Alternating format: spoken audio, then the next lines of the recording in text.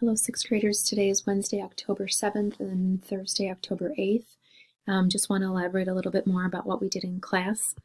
If we open up in class, you'll see that this is the video that explains a little bit of information about the Paleo people that will help you fill out your fill-in-the-blank notes.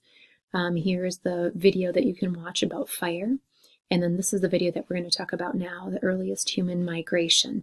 In our slideshow, we look at a slide that has a map on it, and it has a map of the whole world, and it looks at the migration. So I would suggest watching this video, the earliest migration video. It's about 4 minutes, close to 5 minutes, and watch that video. It'll give you a great explanation of what this map shows.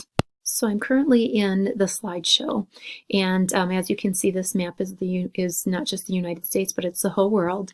This is the video that I asked you to watch about the migration. This is another one about the evolution of man, but the part that we wanted to talk about, because it is one of our standards, analyzing the patterns of migration of various types of people in communities and in countries.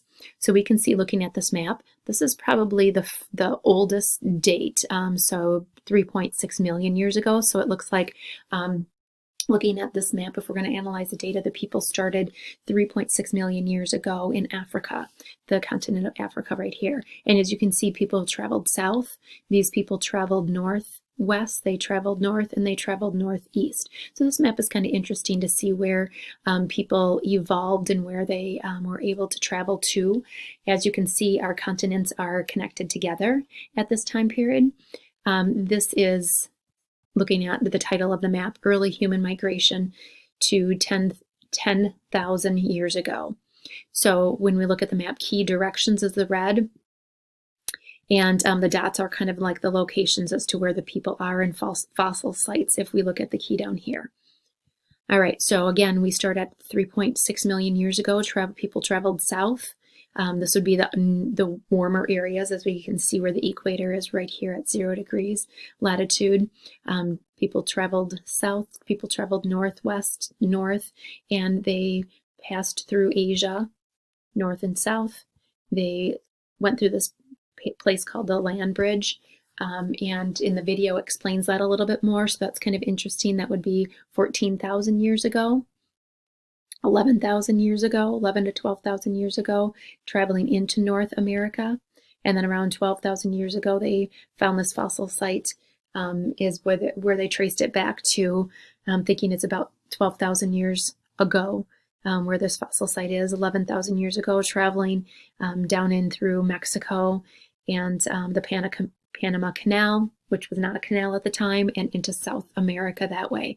So again, 12,000 years ago, 12,500 years ago, they're looking at dating these fossils back that far. So it's kind of very interesting when we look at it that way.